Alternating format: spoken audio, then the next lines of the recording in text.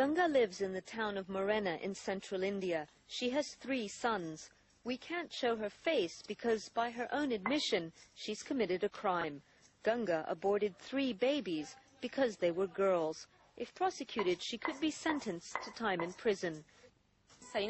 If we don't earn, we don't eat, she says. The last thing we can afford is a dowry for a daughter's wedding.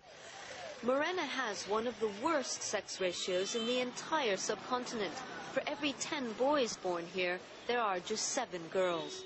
India already has some of the strictest laws in the world to prevent female feticide, and yet girls are disappearing faster than ever.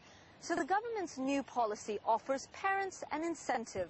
Have a girl, and we'll pay for her entire education.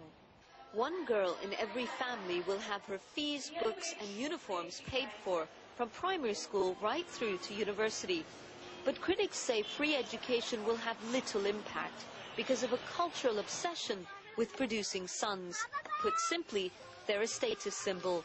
India's growing middle classes are the worst offenders. For them, it's not an ethical issue, it's a consumer choice. The wealthiest states, the wealthiest districts, the wealthiest religious communities have the worst ratios.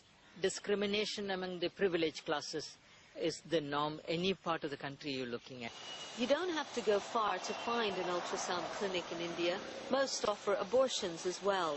Even the government admits many doctors are breaking the law. Unfortunately, they don't know about the medical ethics, or they ignore it.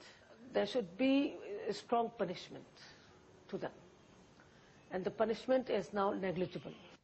Back in Morena, activists are left to police the clinics. The ultrasound machine in this one has been disabled by a court order. Morena's chief prosecutor says the doctor was using it illegally. When we ask him to comment, he tells us to switch off the camera.